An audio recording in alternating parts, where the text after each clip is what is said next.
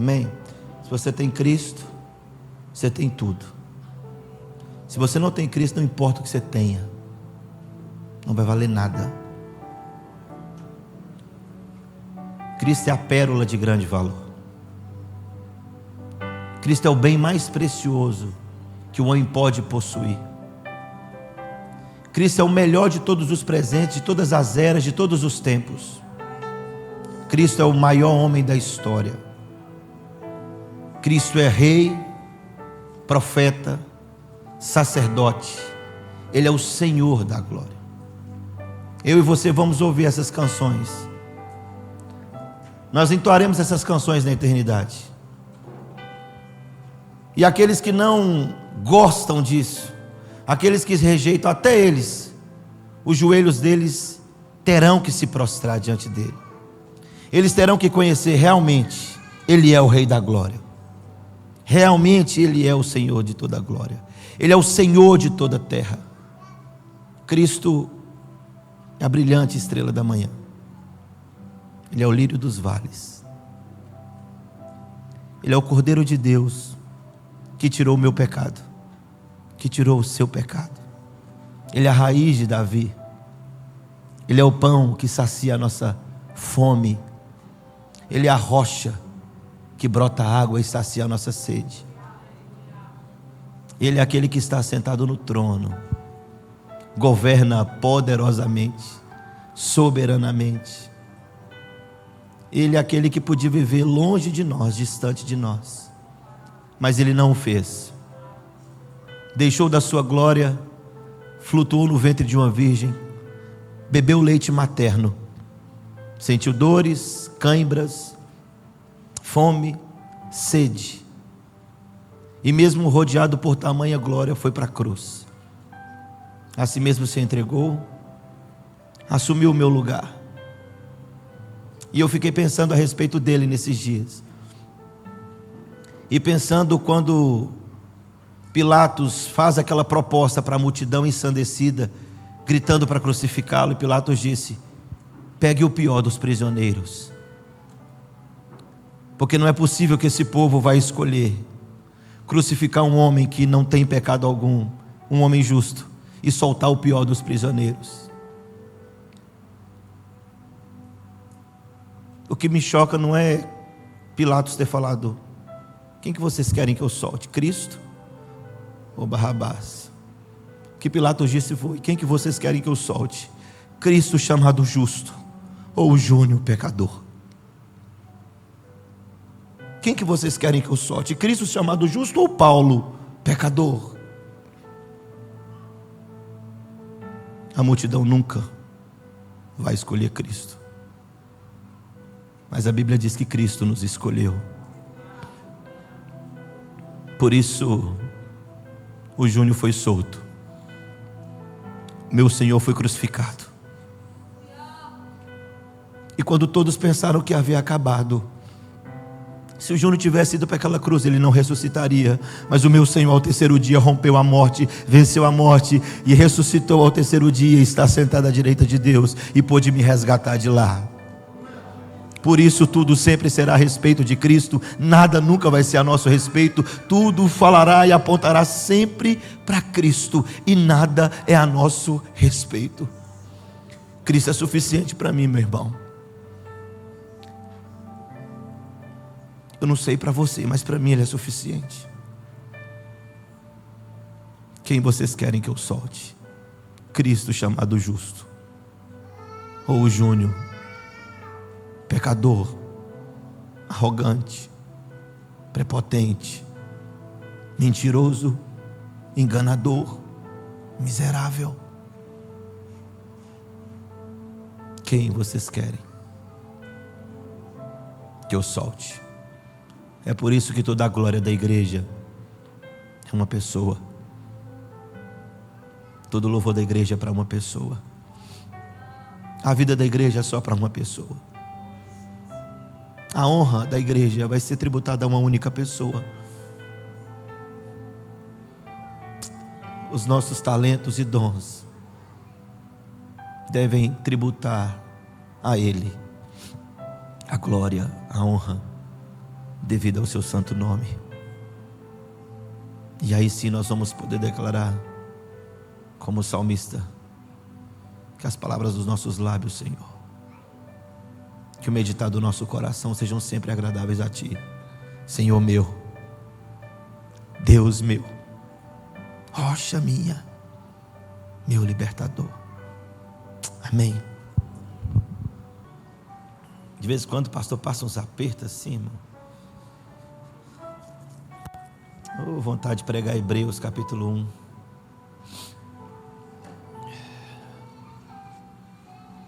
Mas eu quero compartilhar uma palavra muito prática para você nessa noite. Muito prática. Eu quero usar essa história, esse contexto. Nós vamos passar pelos versículos aqui. Mas eu quero pedir perdão para os teólogos aí de plantão, porque fala que o pastor, quando ele não prega de maneira expositiva, ele tem que pedir perdão para a igreja. Então eu já estou pedindo perdão para vocês. Tá bom? Nós vamos fazer de uma forma diferente hoje. Números 20, de 1 a 13. Amém? Diz assim: chegando os filhos de Israel, toda a congregação, ao deserto de Zim, no mês primeiro, o povo ficou em Cádiz. Ali morreu Miriam, e ali foi sepultada. Não havia água para o povo, então se juntaram contra Moisés e contra Arão. E o povo contendeu com Moisés e disseram: antes tivéssemos perecido quando expiraram nossos irmãos perante o Senhor, porque trouxeste a congregação do Senhor a este deserto para morrermos aí, nós e nossos animais? E por que nos fizeste subir do Egito para nos trazer a este lugar, que não é de cereais, nem de figos, nem de vides, nem de romãs, nem de água para beber? Então Moisés e Arão se foram de diante do povo, e para a porta da tenda, diante do povo para a porta da tenda da congregação, e se lançaram sobre o seu rosto, e a glória do Senhor lhes apareceu. Disse o Senhor a Moisés: toma a vara junto ao povo, tu e Arão teu irmão, e diante dele falai à rocha, e dará a sua água. Assim lhe tirareis água da rocha, e dareis a beber à congregação e aos seus animais. Então Moisés tomou a vara de diante do Senhor, como lhe tinha ordenado. Moisés e Arão reuniram o povo diante da rocha. E Moisés lhe disse: ouvi agora, rebeldes, porventura faremos sair água desta rocha para vós outros? Moisés levantou a mão e feriu a rocha 2 vezes com a sua vara, e saíram muitas águas, e bebeu a congregação e os seus animais. Mas o Senhor disse a Moisés e a Arão: visto que não crestes em mim, para me santificardes diante dos filhos de Israel, por isso não fareis entrar este povo na terra que lhe dei. São estas as águas de Meribá, porque os filhos de Israel contenderam com o Senhor, e o Senhor se santificou neles. Fecha seus olhos, vamos orar mais uma vez. Peça ao Senhor para falar ao seu coração. Fala: Deus, eu preciso muito ouvir a sua voz, não a do pastor. Eu preciso ouvir a sua voz. Então fala comigo, por graça e por misericórdia. Fala através do santo livro. Orei, peça ao Senhor isso.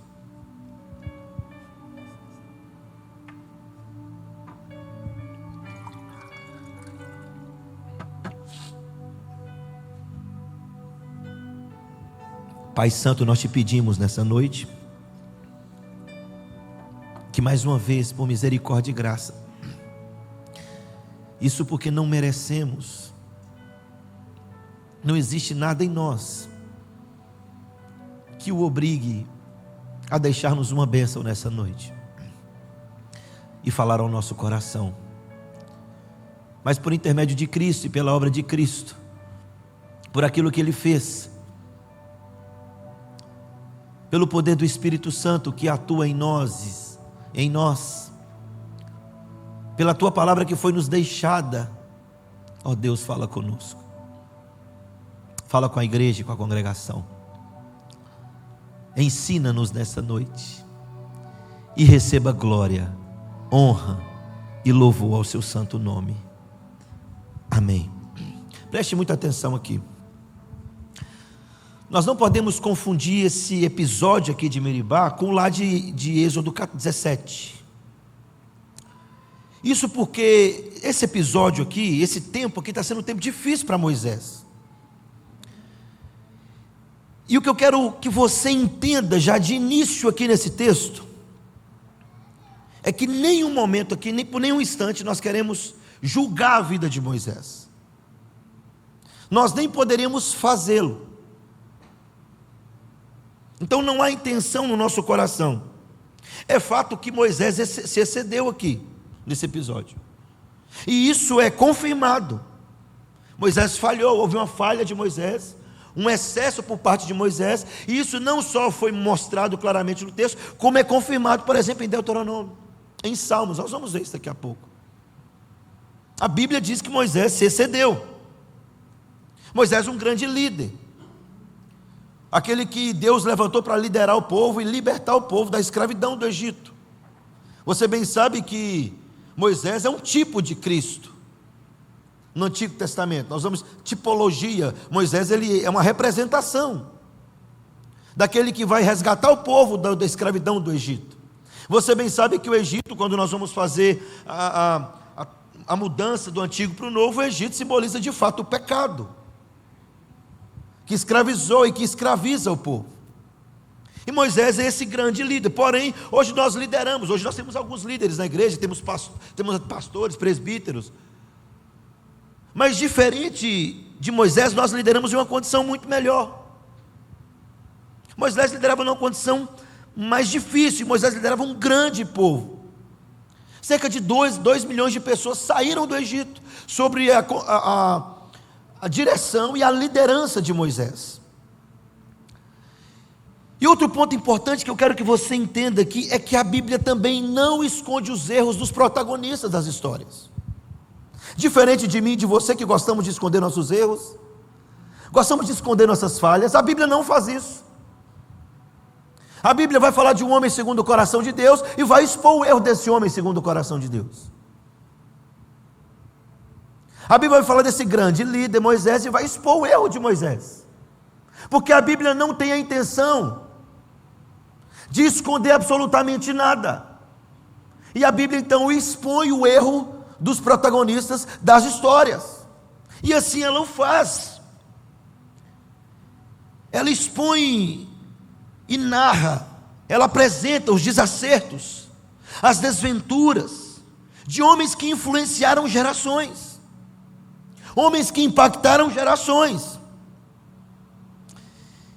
E aqui está o desacerto de Moisés, o erro de Moisés.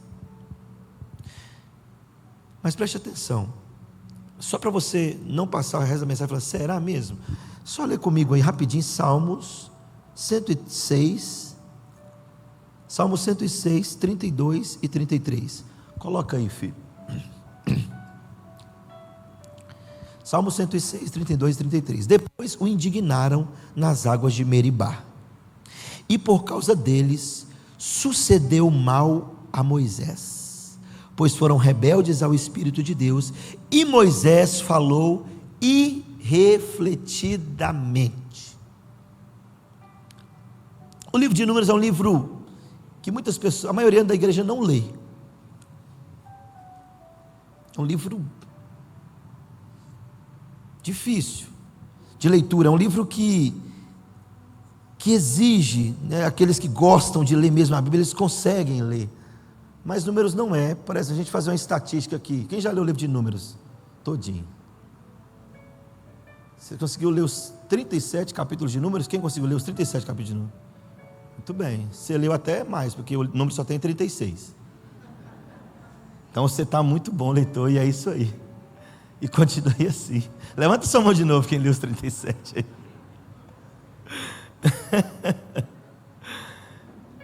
Isso prova que a minha tese está certa. Quase ninguém leu o livro de Números. Mas essa história contém coisas importantíssimas para nós.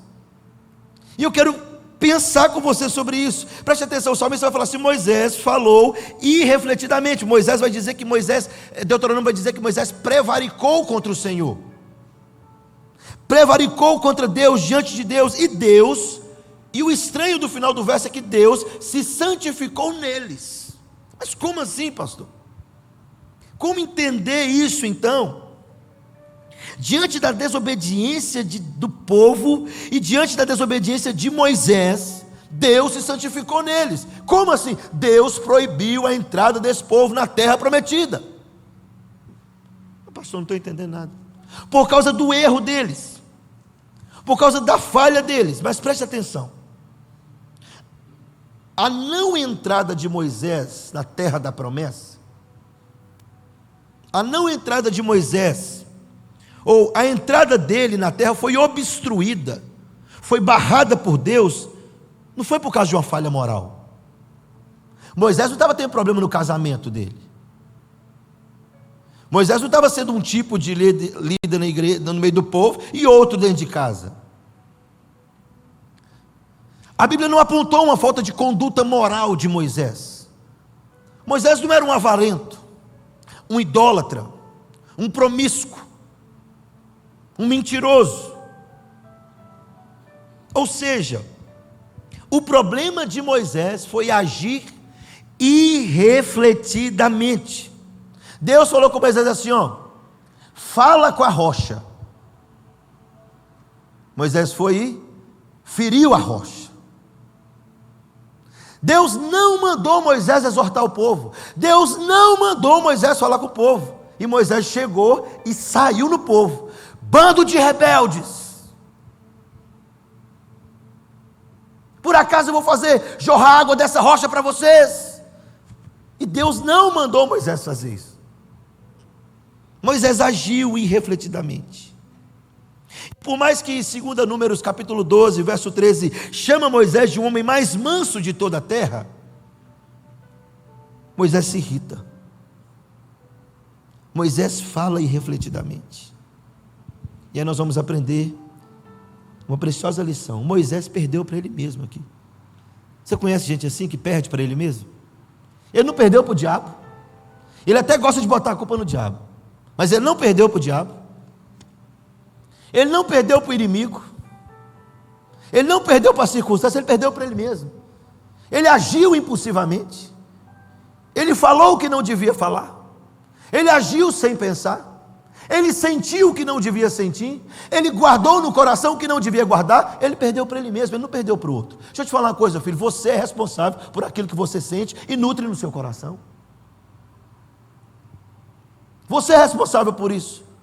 Mas pastor, as pessoas também são responsáveis pelo que ela faz conosco. Eu concordo com você. Pergunta para Jesus: como é que ele agiu com Judas? Como é que ele agiu com Pedro? Você é responsável por alimentar semente de amargura no seu coração. E aí, fazendo isso, você perde para você mesmo. Então preste muita atenção, que essa mensagem é bem prática para a vida da igreja. Você nutre sentimentos de coisas que você nem sabe que é. Você pensou algo de alguém, você teve um pensamento a respeito do pastor, de um líder, e você alimentou essas coisas. Você é responsável por isso, não a igreja. Você vai perder para você mesmo. Não é para a igreja, não é para o pastor, não é para o diácono, não é para o presbítero, não é para o seu inimigo, não é para o Satanás, não é para as circunstâncias. Moisés perdeu para ele mesmo aqui. É uma luta meio de Moisés com Moisés. E aí nenhum ganha. E quando Moisés perde, Moisés ganha. Quando Moisés ganha, Moisés perde, e por aí vai. Ou seja, Moisés perdeu para ele mesmo. Preste atenção aqui. Moisés perdeu porque ele falou sem refletir, falou sem pensar. O texto de Salmo, o salmista vai dizer: falou irrefletidamente. E eu quero tirar lições preciosas. Pode ficar tranquilo, está só começando a mensagem desse texto aqui. Nós precisamos aprender a lidar com circunstâncias e pessoas. Isso porque você está numa comunidade, no meio de um povo, no meio da igreja.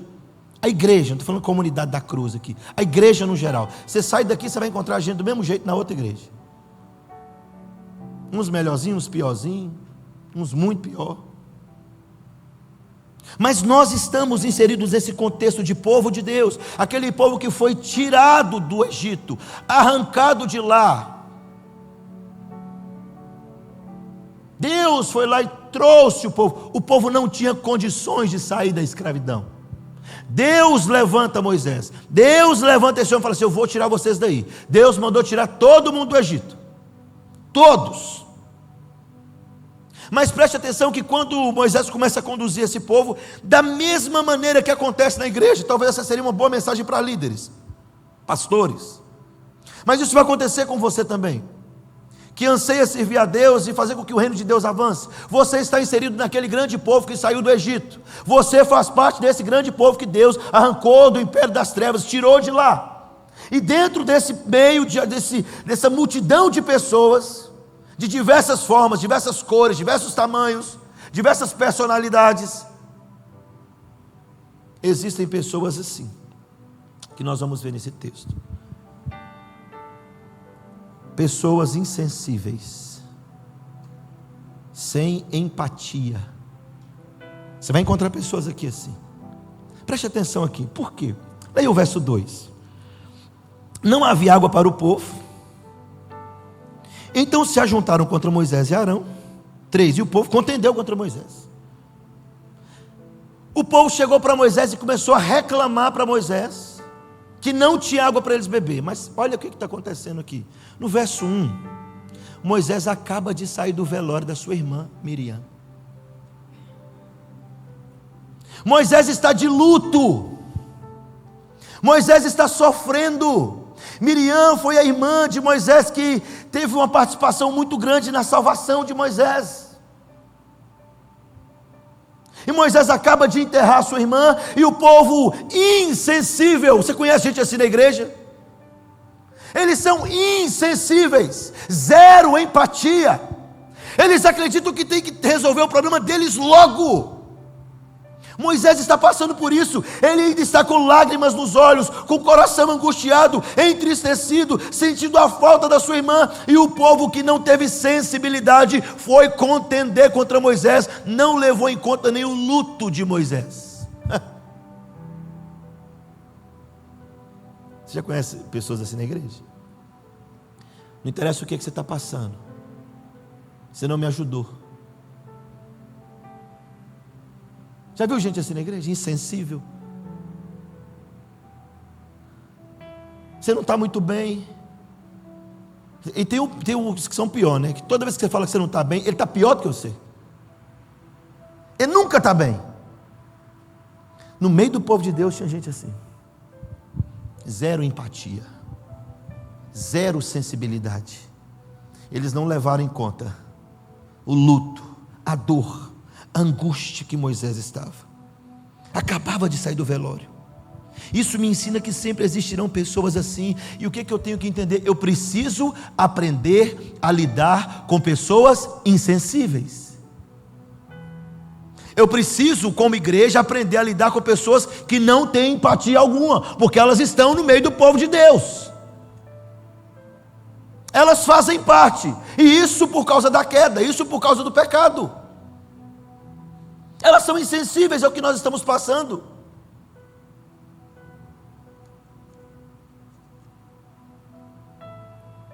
Louvado seja Deus que essa igreja não, eu estou falando da igreja do vizinho aqui. Tem essas coisas aqui não. Nós precisamos aprender a lidar com isso, com pessoas assim. E Moisés não conseguiu lidar com isso. Moisés não conseguiu lidar com a falta de empatia, de sensibilidade desse povo. Presta atenção, irmão, escuta aqui um conselho que eu vou te dar. A vida de ninguém para porque você está sofrendo, não, filho. Você precisa descomplicar a sua vida. Vou dar um exemplo. Minha mãe foi acometida de câncer. No primeiro momento, aquela susto, todo mundo, e quando ficou sabendo a notícia, muita gente ligou, pastor, dizer o que, aquele negócio. Bênção, tudo aconteceu, ok. Eu, os meus sobrinhos, meus irmãos, aquele negócio todo. Mas a vida continuou. Mas minha mãe continua tratando. A vida de ninguém para porque alguém está sofrendo. Por que você quer que a vida das pessoas parem por causa do seu sofrimento? Não vai parar, filho. A vida vai continuar, você vai precisar aprender a lidar com isso. Mesmo as pessoas continuam vivendo mesmo em detrimento das demandas que nós temos. A vida continua andando. Ou nós vamos aprender a lidar com pessoas insensíveis, ou nós vamos sempre procurar culpados, apontar culpados, e sempre vamos ser os coitadinhos da igreja. Isso é um passo na maturidade da fé. É um passo na maturidade cristã. Para com esse evangelho de casquinha de ovo, de siri, que negocinho mole, xoxo. Que negocinho que, ai, eu estou ofendida, pastor passou por mim, não me viu, e eu estou com conjuntivite. Para. Nós precisamos aprender a lidar com isso. Existem pessoas insensíveis na igreja, você vai se deparar com elas sim. Existem pessoas insensíveis no meio do povo de Deus, você vai se deparar com elas, e você precisa ser curado disso, você precisa aprender a lidar com isso. Nós precisamos aprender a lidar com essas coisas. Se nós queremos avançar, precisamos aprender a entender que existem pessoas assim. Elas podem ser curadas, mas o motivo pelo qual elas são assim é pelo mesmo motivo que você é mentiroso às vezes. Pelo pecado. Nós também fomos afetados por ele. E nós temos a tendência de sentir demais as coisas e deixar as escrituras. Moisés não soube lidar com gente assim. Nós vamos saber por quê. Precisamos aprender a lidar com a insensibilidade das pessoas. Segunda coisa, existe dentro do povo de Deus aqueles que nos criticam. E você precisa aprender a lidar com as críticas. Verso 3. E o povo contendeu com Moisés e disseram: antes nós tivéssemos perecido lá com os nossos irmãos. Você nos tirou lá da terra do Egito, Moisés. Oh, que bom ministério que você tem, Moisés. Olha aí. Na época da pandemia foi assim: pastor, fecha ou abre a igreja? Aí o pastor: vai abrir a igreja, genocida. Vou fechar a igreja, covarde. Pastor, põe máscara. Tem fé não? Tira a máscara, irresponsável. Sempre vai ter alguém para criticar. Nós precisamos aprender isso. Moisés não soube lidar com crítica. E existem aqueles da igreja que não sabem lidar com crítica. Eles estão trabalhando e alguém os critica. Ô gente, para com esse negócio de irmão, eu vim aqui fazer uma crítica construtiva. Quem inventou crítica construtiva? Toda crítica é destrutiva. E o pior, quem critica é quem não faz. Não faz nada e acha que pode chegar na igreja e falar: isso aqui está errado, o louvor não está bom, não sei o que está bom. Então faça você. Nós precisamos aprender a parar de lidar, aprender a lidar com críticas, com coisas. As pessoas vão nos criticar, irmãos. Elas vão apontar para nós. Fazendo, elas vão criticar. Não fazendo, elas vão criticar. Então eu vou dar um conselho para quem faz: não pare de fazer. Continue fazendo. Eu aprendi uma coisa. Com a crítica foi eu mesmo que me ensinei. Falei: problema é seu. Mas com elogio eu aprendi com um pastor que aprendeu com a irmã piedosa. Ela falou assim: quando você receber um elogio, pastor, você pega ele, coloca no bolso o paletó e vai embora. Chega na sua casa, fecha a porta do seu quarto, abre o paletó, tira o elogio e fala: toma, Senhor, é do Senhor, isso aqui não é meu. Nós precisamos aprender a lidar com crítica.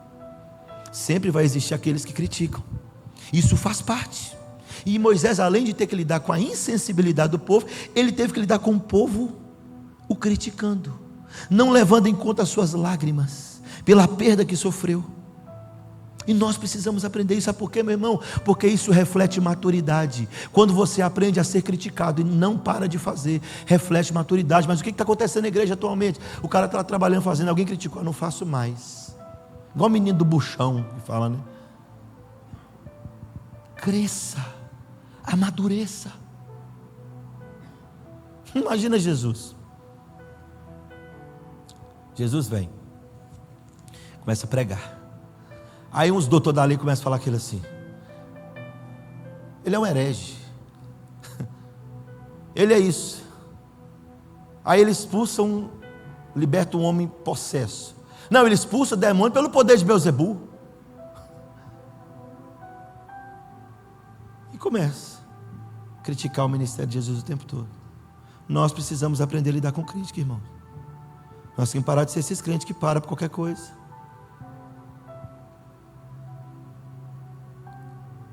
Uma vez, sempre acontece com o pastor, né? Um falou: seu pastor, ouvi um comentário a respeito do senhor, eu não gostei, mas eu queria trazer para o senhor aqui, que foi uma crítica que eu achei dura demais com o senhor. Falei: foi mesmo, irmão? Eu não quero nem saber o que é, só quero te dizer uma coisa: eu sou muito pior do que isso aí. Eu não sei o que falar não, meu irmão, a meu respeito, mas eu sou bem pior do que isso aí. Se nós não aprendemos a lidar com crítica, meu irmão, nós vamos parar no meio do caminho. Moisés não soube lidar com crítica e perdeu para ele mesmo. Se a gente não aprender a lidar com crítica, nós vamos perder para nós mesmos. Sempre será assim. E por que, pastor, tem uns que criticam? Porque eles também estão inseridos no mesmo contexto que nós. São homens que herdaram a queda, o pecado. Sempre vai existir pessoas na igreja. É meio que assim. Você já lidou com gente assim, irmãos? O encontro de mulheres aqui, o fogo desceu, foi uma bênção. Mas, pastor, o encontro de mulher foi bom demais, mas dá vontade de falar: seu irmão, quem está pedindo sua opinião? Mas como eu sou educado, eu não vou fazer isso. Vai ter pessoas que elas sempre vê o lado ruim de alguma coisa. Não, pastor, mas eu estou falando isso aqui como uma crítica construtiva. Guarda a sua crítica para você. Aquele momento de alegre na igreja, feliz, todo mundo feliz, servindo a Deus, e aquele negócio todo, e você, aí de repente chega e fala: mas, não, guarda para você, filho. Ninguém quer saber disso. Se você não se alegra com os que se alegram, não atrapalha a alegria dos outros, não. Para com esse negócio aí. E você que é criticado, aprenda a receber crítica. Aprenda, para você não parar e perder para você mesmo. Fui criticado, pastor, estava exercendo um ministério legal lá na igreja, servindo bem, mas fui criticado e parei de trabalhar. Você perdeu para você mesmo, filho. Não foi para quem te criticou, não. Vai existir mais 1 milhão de pessoas para criticar. Você só não entendeu isso. Moisés não entendeu isso aqui. Perdeu para ele mesmo. Primeira coisa que Moisés teve que aprender a lidar foi com a insensibilidade do povo. E existem pessoas insensíveis dentro da igreja, no meio do povo de Deus. Você tem que aprender a lidar com isso. Segunda coisa que Moisés precisou aprender a lidar foi com a crítica do povo. Existem pessoas que vão criticar você fazendo ou não. Fazendo te criticam, não fazendo te criticam. Sempre vai existir essas pessoas. Mas tem um terceiro grupo aí.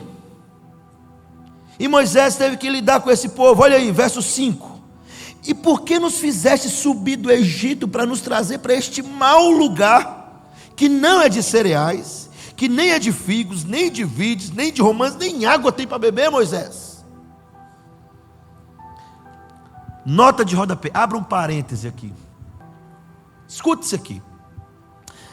O verso 5 aqui, quando o povo reclama com Moisés, o povo reclama com Moisés: por que Moisés tirou eles do Egito? Por que Moisés levou eles para esse lugar? E eles fazem uma comparação com o Egito. Isso é a realidade da igreja atual. Uma igreja que Deus resgatou com seu sangue, Deus livrou do pecado, Deus arrancou da escravidão, mas ainda tem saudade da comida do Egito. Ainda tem saudade das músicas do Egito, das festas do Egito, das bebidas do Egito, do ensino do Egito. A igreja brasileira continua da mesma forma. É por isso que você vê tanto escândalo dentro da igreja, tanta corrupção dentro da igreja. Eles saíram do Egito, mas a riqueza, a aparente riqueza do Egito ainda enche os olhos desse povo. Esse povo chega para Moisés e diz isso: Moisés, nós estamos com saudade da comida do Egito, depois de Deus ter provido tantas coisas para eles, depois de Deus ter tirado da escravidão.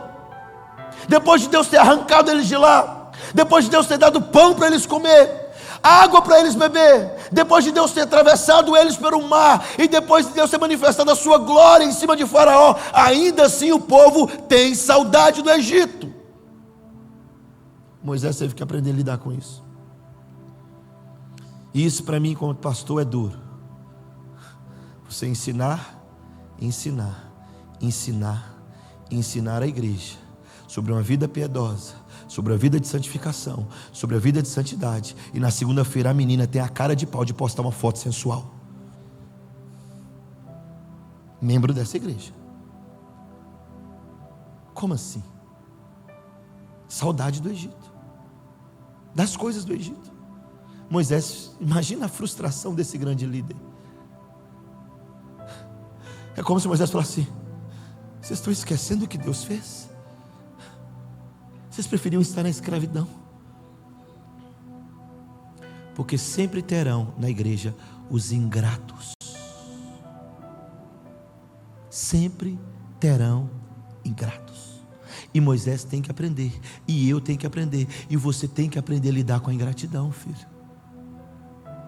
Se nós queremos aumentar crescer na maturidade espiritual, nós precisamos aprender a lidar com os ingratos, com aqueles que você ajudou e depois quando você precisou, não virou as costas para você, com aqueles que você deu a mão, ajudou e ele criticou você. Você precisa aprender a lidar com isso, senão você vai parar e vai perder para você mesmo. Você precisa aprender com aqueles que por causa do pecado demonstram ingratidão a nós. Esse povo aqui foi ingrato com todas as letras. Ingratidão. Pastor, como que eu aprendo? Como que eu trato com ingratidão? Aprende com Jesus, filho.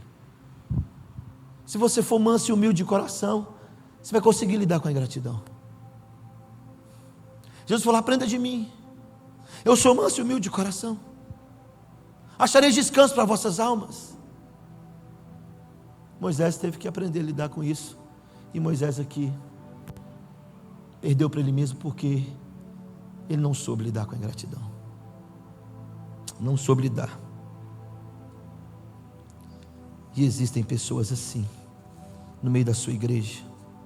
Agora um ponto muito importante, preste atenção. Como que Moisés foi com tudo isso aí? Eu falei, Moisés não soube lidar. Vamos ver. Olha o verso 8, 9 e 10. O 8, Deus deu a ordem para Moisés: toma a vara, vai lá no povo, você e Arão, fala vai lá diante da rocha e fala para a rocha, e ela vai sair água, esse vai dar água para beber. Então Moisés tomou a vara, fez igual Deus mandou, diante do Senhor, como Deus tinha ordenado. Moisés vai lá, pega seu bordão, ele pegou. Só que Moisés e Arão reuniram o povo, e Moisés começa a perder para ele mesmo. Moisés fala assim: ouve aí, rebelde, acaso eu vou fazer brotar água dessa rocha? E Moisés então fere a rocha 2 vezes com a sua vara, e saíram muitas águas, e o povo bebeu. Deu certo. Deu certo. Mas Moisés me ensina algumas coisas aqui com a sua ação, porque a Bíblia diz que Moisés agiu irrefletidamente aqui. A Bíblia diz que nesse contexto aqui, nessa história aqui, nesse ato, Moisés prevaricou contra o Senhor. E Moisés começa a me ensinar e a ensinar você como lidar com essas pessoas e como lidar com essas circunstâncias dentro da igreja. A primeira coisa que eu preciso entender é que a dor é uma péssima conselheira. No período de dor que você está passando, a dor é uma péssima conselheira. Você já viu coisas assim, situações assim? A pessoa que está sentindo dor, ela metralha todo mundo, ela arruma a culpa de alguém, ela quer caçar um culpado, ela quer caçar um motivo para ela poder justificar a dor dela. Moisés estava sentindo dor, Moisés estava de luto, Moisés havia perdido a sua irmã, e Moisés agiu nesse momento. No momento de dor, Moisés sai direto do velório da sua irmã, do enterro da sua irmã, do sepultamento de Miriam, e vai direto para ouvir o povo. Ele não deu um espaço, um tempo para colocar as coisas no lugar. Deixa eu te dar um conselho, meu irmão: quando você estiver sentindo dor, a primeira coisa que você tem que fazer é não encontrar culpados. Ainda que a sua dor tenha um culpado, você precisa parar e pensar, porque a dor é uma péssima conselheira para você. Quando nós estamos com dor, nós falamos irrefletidamente, nós agimos irrefletidamente, nós pensamos e sentimos irrefletidamente, porque tudo que nós sentimos está vinculado à dor que eu estou sentindo. Aí você começa assim: será que o pastor não está vendo? Será que o diácono não está vendo? Será que o meu irmão não está vendo a dor que eu estou sentindo? Porque a dor é uma péssima conselheira. Você precisa aprender a lidar com isso. Moisés perdeu para ele mesmo porque, no período de dor, ele tentou agir. Segunda coisa, o calor do momento é o pior momento. Moisés sai daquele momento de dor, aquele ambiente de dor, vai em direção ao povo, começa a ouvir a crítica do povo, começa a olhar a insensibilidade desse povo, vai diante do Senhor, e de repente Moisés começa a agir, tendo a dor como conselheira e o momento errado. O calor do momento é o pior momento. Olha aí verso 11.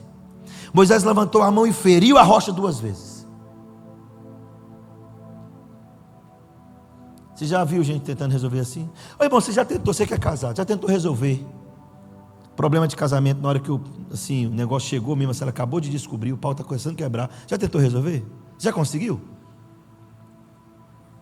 Já? Alguém já conseguiu resolver problema de casamento no calor do momento? Me fala se você conseguiu, para você me ensinar, filho. Porque no calor do momento é o pior momento. E eu sei, irmã, facilita para ele aí, tá? Quando a gente está ficando calado, porque a gente não quer brigar. E aí a mulher, como tem uma raiz lá de Eva, foi vocês que conversaram com a serpente primeiro, foi nós não, ué. Resolve seus problemas aí.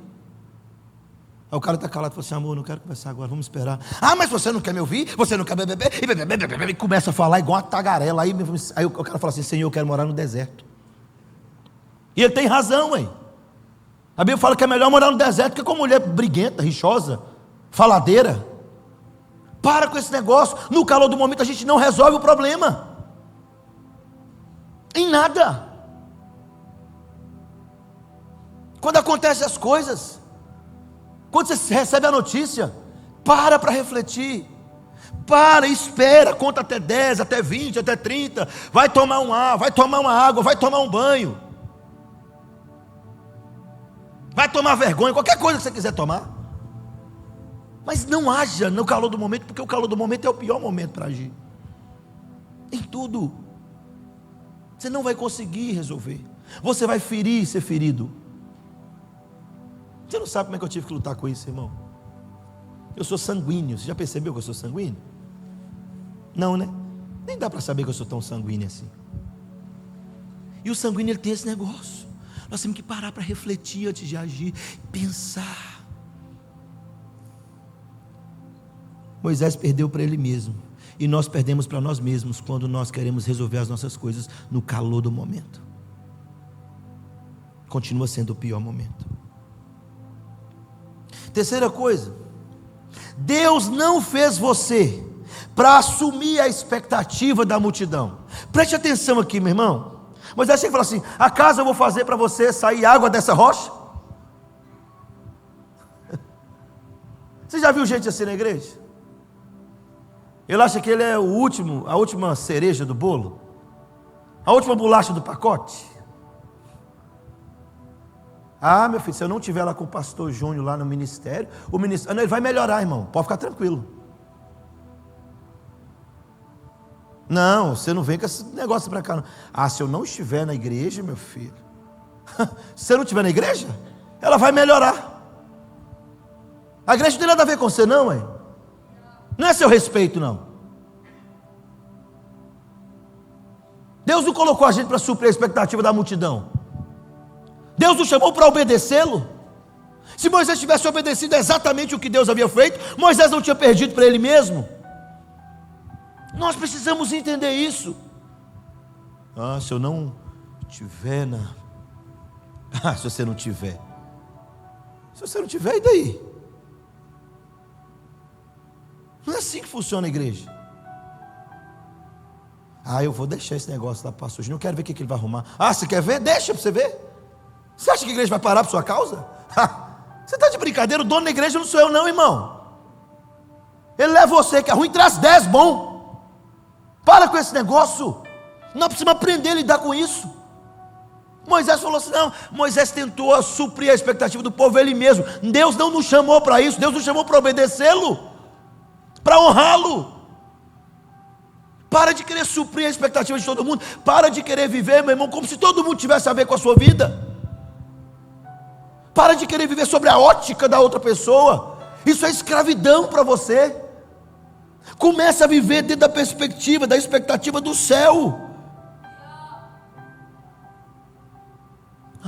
Não vou fazer, não. O que as pessoas vão pensar de mim? Você é um escravo, uma criança na fé. Tem que estar na hora de deixar essas coisas e crescer, irmão.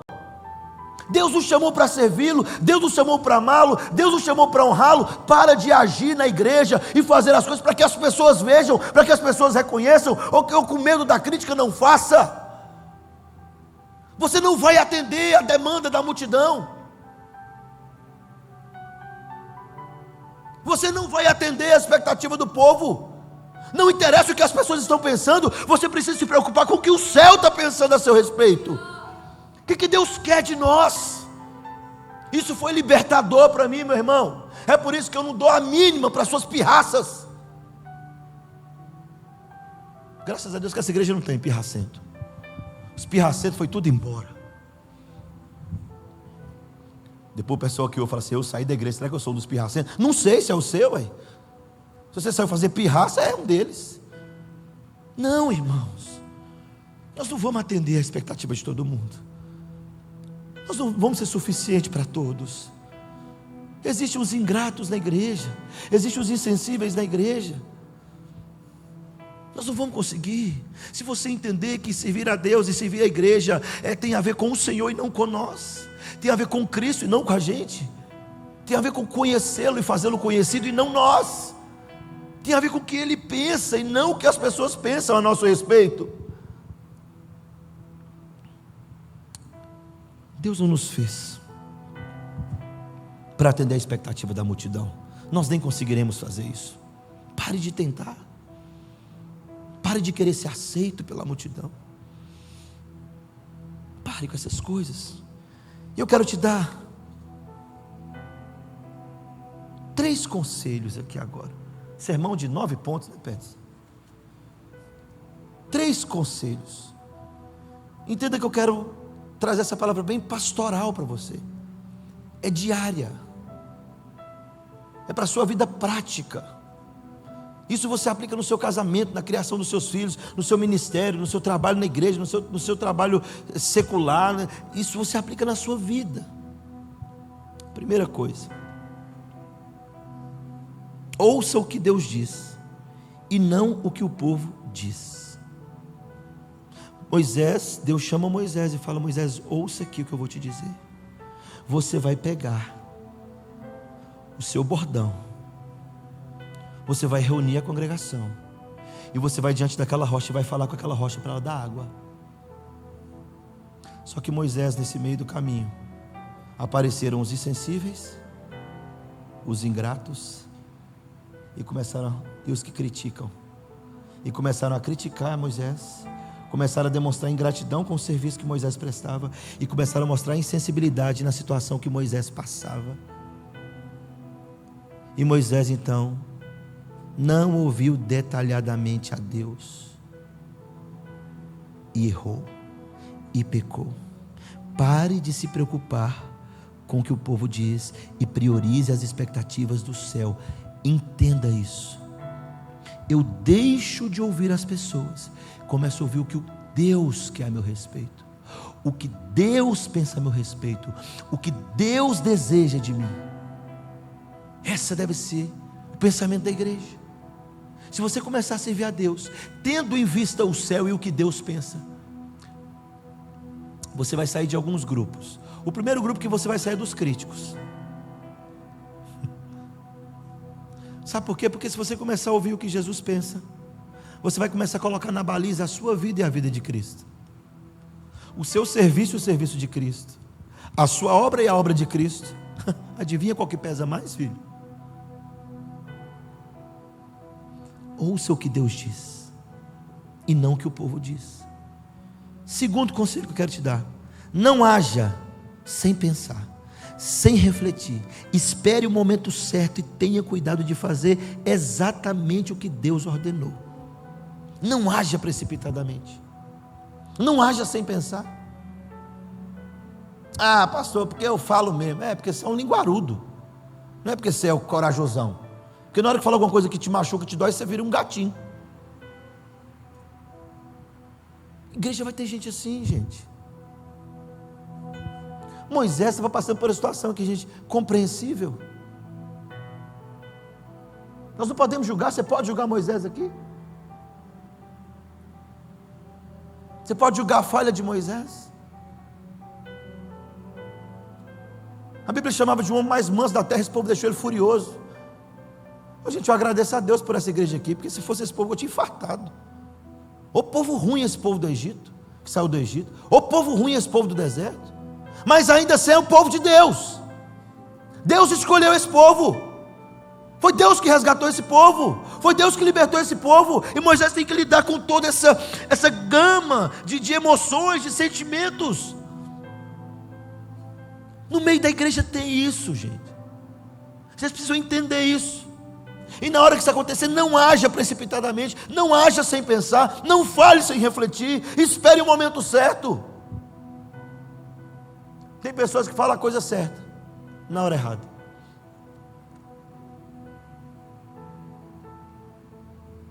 Na igreja tem os PhD, né? Os PhD em crítica. Não, eu falo mesmo, pastor, comigo não tem esse negócio não. Eu chego na glatória logo, já sai falando e tudo, eu olho, Espere o momento certo. Isso serve para o casamento, filho. Irmã, fala na hora certa. Espera a hora certa. Morde a língua. Não é só falar o que é certo. Não fale refletidamente. Talvez você pense assim: qual foi o erro de Moisés, gente? Ah, pastor, foi tão pequeno. Deus falou para ele tocar na rocha, para falar com a rocha. Ele bateu na rocha lá 2 vezes, só isso. E ele chegou lá para o povo e deu um sabão no povo lá. E esse povo merecia mesmo, e merece mesmo. Nada demais. Está doido no lugar de Moisés, pastor? É verdade, irmão. Eu no lugar de Moisés, você no lugar de Moisés. Mas o erro de Moisés foi mais grave do que vocês pensam, irmão. Foi por causa desse erro que ele não entrou na terra prometida. Não é nada de heresia, não. Moisés foi salvo, não foi nada disso não, irmão. A terra prometida, Canaã, é uma prefiguração do céu, mas aqui é um contexto de uma vida humana. Moisés foi tão salvo que ele apareceu lá na transfiguração, ué. Mas preste atenção aqui. Terceiro conselho que eu quero te dar: primeiro, ouça o que Deus diz e não o que o povo diz. Para com esse negócio de ficar refém do que o povo está dizendo. Para com esse negócio. Ai, pastor, o que o povo vai pensar a meu respeito? O que eles vão pensar é problema deles, não é seu não, hein? Agora o que Deus vai pensar a seu respeito é problema seu. Então para com esse negócio, deixa para lá. Vamos seguir. Segunda coisa: não haja sem pensar, irmãos. Não fale de qualquer jeito. Reflete primeiro. Pensa primeiro o que você vai falar. Ora primeiro. Pede a Deus sabedoria. Fala no momento certo. E quando você for dizer, diga a verdade. Fale respaldado na palavra. Fale respaldado na verdade. Terceira coisa: Deus sempre vai prover por graça. Olha só, o povo. Não, você pensa que ele ia, se eu ia dar água para esse povo, mas não ia mesmo. Não, se você conseguisse dar água para o povo, irmão, é porque você alcançou um negócio aí que eu ainda não alcancei, mas eu estou buscando, eu vou conseguir um dia, se Deus quiser. Moisés chega lá, Deus usa para fazer aquele tardalhaço. Faraó virou uma moça perto de Moisés. Moisés chega, liderando o povo. O homem estava falando com Deus tete a tete. A glória de Deus resplandecia no rosto do homem. Aí Moisés tem o luto. O povo ignora o luto dele. Um bando de insensível. Pensa no pastor que o povo foi ruim aqui com ele. Foi Moisés nesse momento. Aí de repente o povo começa a reclamar com Moisés. Não importa qual é a dor dele, resolve nosso problema. O problema é seu, você está triste, resolve meu problema. O problema é seu, você está sofrendo luto, resolve meu problema. Não é assim? Você é pastor para isso. Você é pago para isso. No dia que uma pessoa tentou falar isso comigo de verdade mesmo, falou zoando, assim, brincando igual os meninos que falam comigo. Ah, pastor, o senhor é pago para isso. Eu falei, não, você que paga meu salário. No dia que for você pode cobrar. Quem paga meu salário é Deus. Deixa ele cobrar de mim, você não. Mas eu sou da igreja e dou dízimo. Pega seu dízimo e leva para outra igreja. Deus usa essa igreja, outra igreja, qualquer um, a mula, quem ele quiser, para poder sustentar o servo dele. Então não vem com esse negócio comigo não. Presta atenção. Aí o povo reclama com Moisés. Insensível com Moisés. O povo demonstra ingratidão a Deus. Fala com Moisés, Moisés, olha o que você fez com nós. Era melhor a gente trabalhar de escravo no Egito do que você trazer a gente para cá. Aí, não é assim que você sente? Quando aqueles que te feriram, que te machucaram, geralmente acontece alguma coisa boa com eles, não é assim? Como assim, Deus? Se a pessoa fez isso comigo, o Senhor vai abençoar ele ainda? É porque, via de regra, irmão, nós temos dificuldade por causa do pecado de ficar feliz quando a pessoa que nos feriu recebe uma bênção. Porque a gente quer que ela seja punida pelo que ela fez conosco. Pastor, como assim? Olha o que ele fez comigo. Olha o que ela fez comigo. Ele mentiu a meu respeito, o Senhor, e Deus vai abençoar ele. Tende em vós o mesmo sentimento que houve em Cristo. Mesmo sendo Deus, não julgou com usurpação ser igual a Deus. Antes a si mesmo se esvaziou, assumiu forma humana, foi obediente até a morte de cruz. Se a gente aprender de Jesus, irmão, a gente é curado dessas coisas. Mas presta atenção que eu estou terminando a história. Moisés chega e fica imaginando. Deus fala assim, Moisés, vai lá. Esse povo pecou contra mim. Esse povo não se comoveu com a sua dor, mas eu vou dar água para o povo, Moisés. Eu penso no lugar de Moisés e falo, como é que é, Deus? O senhor está falando sério mesmo? Foi o mesmo sentimento de Jonas. Aquele povo não merece Jesus. Deus, aquele povo não merece a sua misericórdia. Aquele povo não merece a sua graça. O Senhor vai abençoá-los mesmo.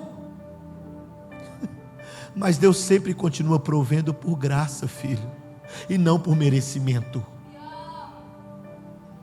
Deus continua abençoando aqueles que nos perseguem, não por merecimento, mas é por graça, porque Ele é gracioso.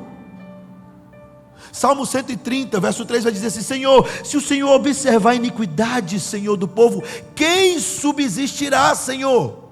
Contigo, porém, está o perdão para que te temam. Moisés então vai até a rocha, fere a rocha. E por que Moisés não entrou na terra junto com esse povo? Por que esse povo, Deus dá essa sentença? A Bíblia fala que Deus se santificou no povo, não deixando o povo entrar. Deus baniu o povo, vocês não vão entrar na terra. Mas por quê? Depois que o povo fez isso tudo com Moisés, era justo. Deus falou assim, o povo não vai, Moisés, mas você aguentou coisa demais, eu vou ter compaixão de você. Não! Deus não tem o culpado por inocente, e Moisés aqui pecou contra Deus, e Deus se santificou nele e no povo. O que Deus fez? Por que Deus não podia deixar Moisés entrar, e esse povo por causa dessa falha? Pastor, a falha é tão pequena. Por duas razões que eu chamo razões tipológicas. Eu vou explicar. tipologia. A primeira é porque Moisés não feriu qualquer rocha. Jesus, quando ele vai conversar com Pedro, ele diz assim para Pedro, ficou impactado, aí varão, que você parou de tocar? Muito bem. Falou assim com Pedro: Pedro, eu te digo, tu és um fragmento de rocha, tu és Petrus, eu sou a rocha, Pedro, eu sou a pedra, eu sou a Petra. Quando Moisés fere aquela rocha, Moisés está ferindo Cristo, em tipologia de Cristo, aquela rocha. Moisés peca contra Deus. A segunda razão pela qual Moisés não podia entrar, e a maioria dos teólogos concordam nisso, a segunda razão é porque Moisés é o representante da lei, e pela lei ninguém entra na terra prometida, somente pela graça. Moisés não podia entrar na terra, mas Deus levanta um sucessor e dá o nome dele de Josué, Joshua, a transliteração do nome Jesus. Pela graça sois salvos. Por isso que Moisés não podia entrar na terra. Ele era o representante da lei. Pela lei ninguém pode ser salvo. Pela lei, meu irmão, você não vai prosperar. Pela lei você não consegue avançar. Pela lei você não consegue servir a Deus. Somente pela graça. A água, meu irmão, ela continua a jorrar. A água continua a matar a sede do povo, mesmo que o povo peque contra Deus. Ainda existe graça para saciar a sede desse povo. Ainda existe graça para poder cobrir a multidão de pecado desse povo. Ainda existe graça. A água vai continuar a jorrar apesar de nós. A fonte da vida, a fonte inesgotável, o rio precioso que sacia a nossa sede vai continuar a jorrar apesar de nós. Apesar do erro de Moisés, apesar da murmuração desse povo, Deus saciou a sede do seu povo por graça e misericórdia. É isso que Deus continuou fazendo com a igreja. Sim, nós teremos os insensíveis, nós teremos os ingratos, nós teremos os que criticam, mas existe graça abundante para cobrir a multidão desses pecados. Nunca será pela lei, Moisés.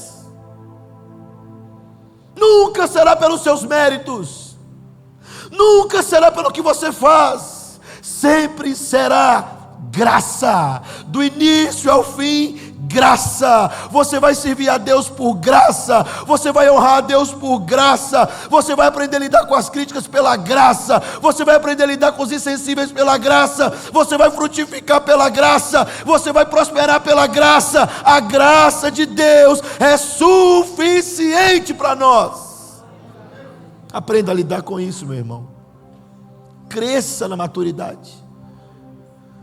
Existem essas pessoas na igreja. Você pode sair dessa, vai para outra, não tem problema nenhum. Eu vou ficar chateado com você? Não, irmão, sou diferente dos pastores daqui, que fica com raiva quando você sai. Não fico com raiva não. Continua seu amigo, se precisar de mim pode me ligar. Não tem problema nenhum, irmão. No final, nós vamos encontrá-lo no céu. Quem sabe a gente não é vizinho?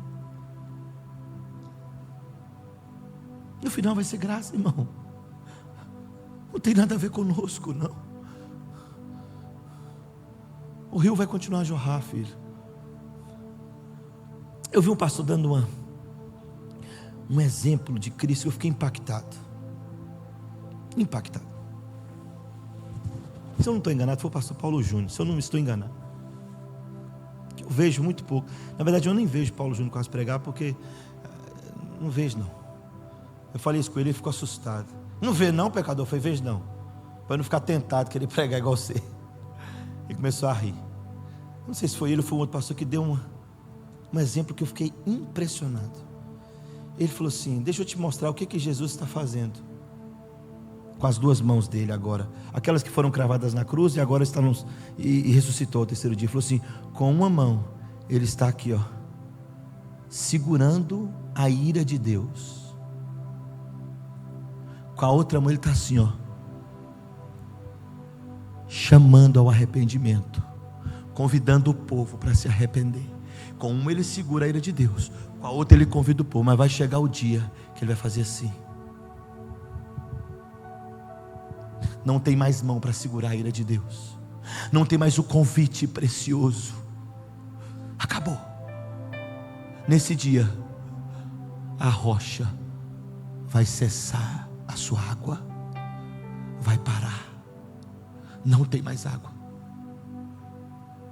não tem mais provisão, não tem mais misericórdia. Acabou a graça. Os meus objetos da graça já estão comigo. Nesse dia ele solta a ira de Deus e ele deixa de convidar os pecadores ao arrependimento. E nesse dia a Bíblia vai narrar essa história e vai dizer que o sol vai se transformar em trevas e sangue,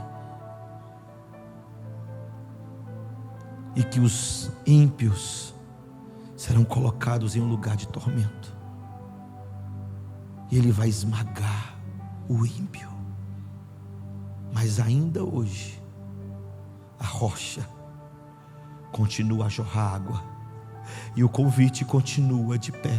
Aqueles que têm sede, venha a mim e beba, e quem quiser beba de graça da água da vida.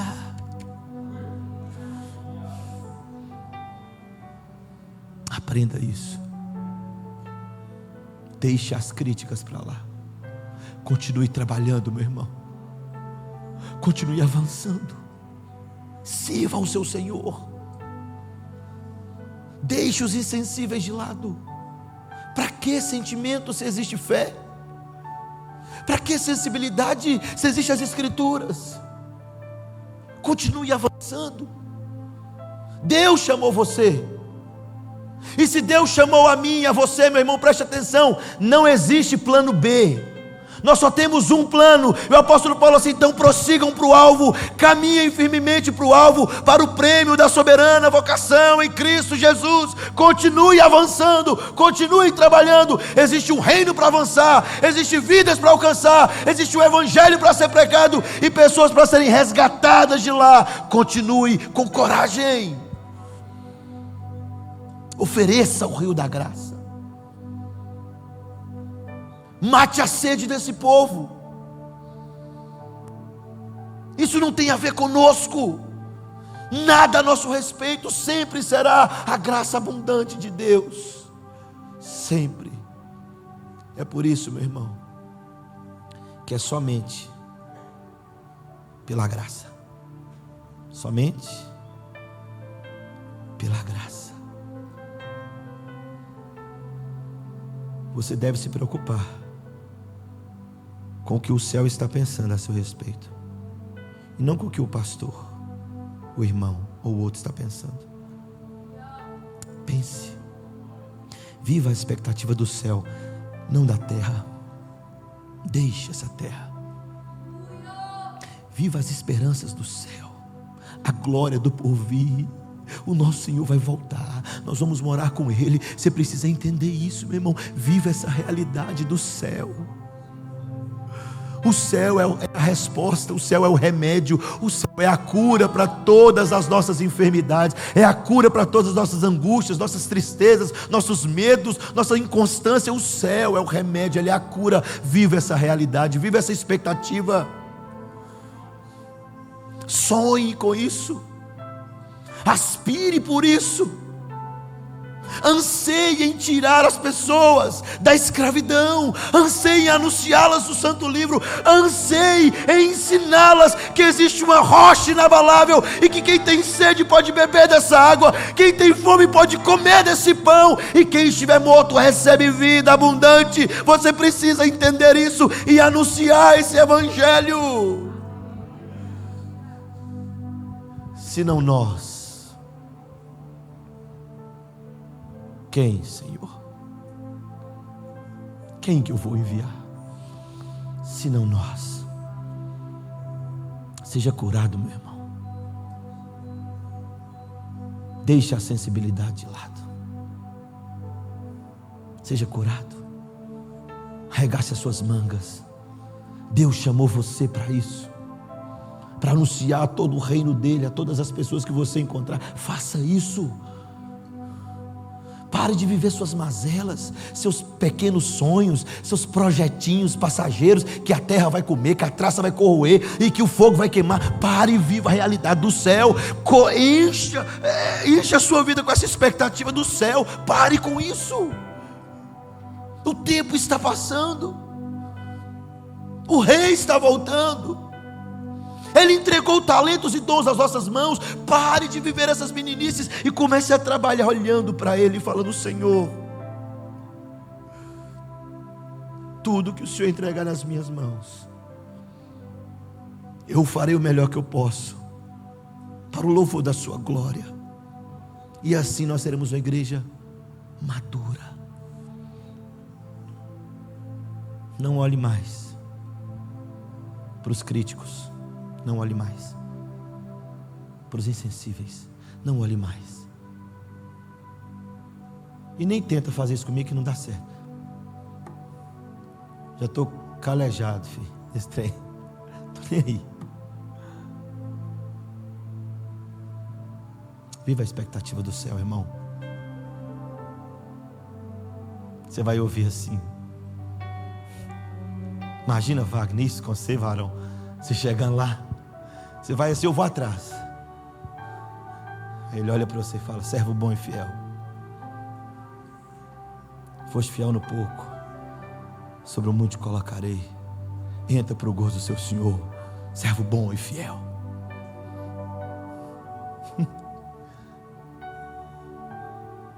Deus quer nos encontrar santos, filho. Não prósperos, santos. Você precisa entender isso. Siga a paz com todos e a prosperidade, sem a qual ninguém verá o Senhor. Não é esse o texto?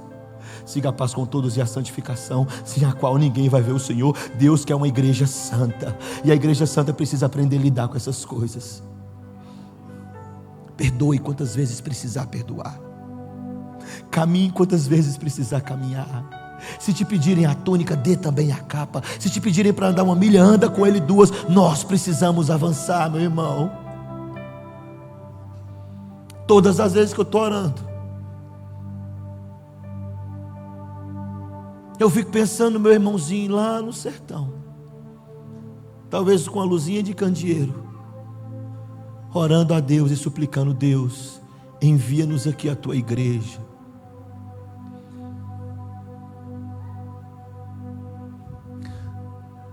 A natureza geme, aguardando com expectativa a manifestação dos filhos de Deus. Você precisa entender que Deus está nos chamando para isso. Deus está chamando essa igreja para isso, para além dessas portas, para além de nós. O evangelho não é a seu respeito. A igreja não vai parar por sua causa. Se você não quer servi-lo, eu não posso obrigá-lo.